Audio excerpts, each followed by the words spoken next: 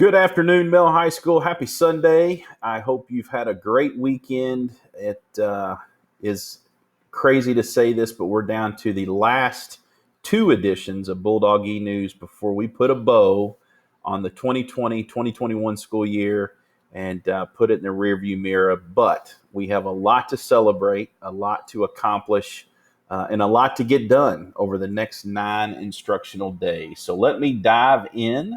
I want to start a little differently than I have all year. We've talked about COVID things and masking and PPE a lot, but last week, a little bit of a surprise from the CDC and then from Governor Beshear, but just wanted to loop back and make sure we're crystal clear with students that are in person for the remainder of the year in the next 9 instructional days. So obviously the CDC came out on Thursday and shared that masking for vaccinated persons indoors and outdoors could cease immediately. The governor said we would follow that.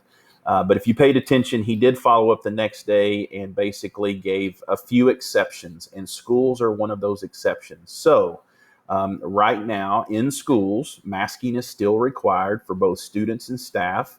And at Mell High School and in Jefferson County Public Schools, we will follow that for the remainder of the school year for the next 9 instructional days. So want to be crystal clear to both in-person instructional groups, Group A and Group B, as you come into the building this week and next. We will be masking full time from the moment you walk in the door to the moment you exit in the afternoon, unless you're eating or drinking, up through May 27th. All right, schedule-wise, we are down to, again, 2 weeks, 9 instructional days stand between us and summer vacation. I don't want to wish away the next 9 days.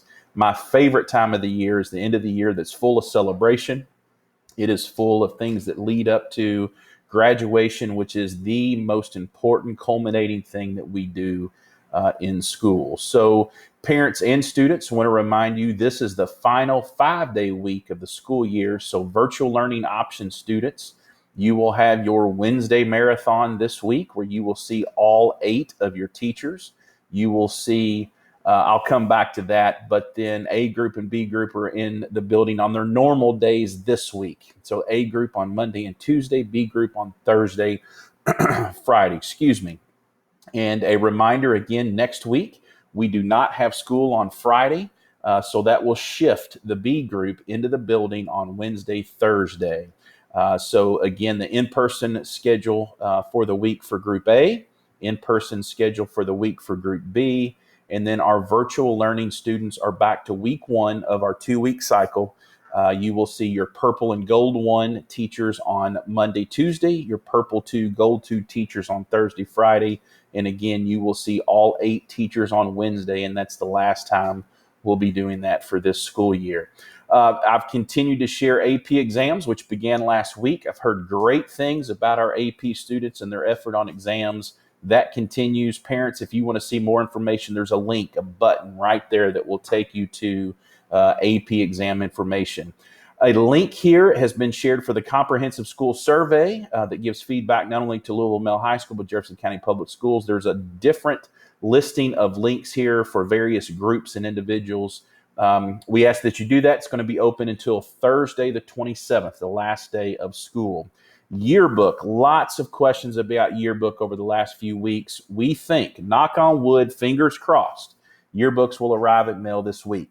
If they do, we will begin distributing them to seniors. So our A group students will get their yearbooks on Tuesday, B group on Thursday, and then virtual students on Wednesday.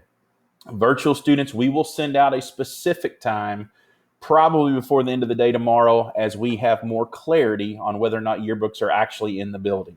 And then underclassmen will begin to get their yearbooks beginning this Friday. And so that's an exciting time. It's a crazy year, but yearbooks are always exciting, very celebratory, get to look back on the school year that was. Want to remind everyone, I don't think this comes as any secret, but our graduation ceremony will be next Friday, the 28th, for the first time ever on our football field. We will celebrate the class of 2021. I do want to point out to families 2 things. So first and foremost, we do have an inclement weather date of June 1st. So if there's a scenario where it looks like weather will not cooperate and we cannot have our ceremony on May the 28th, we do have a backup date planned.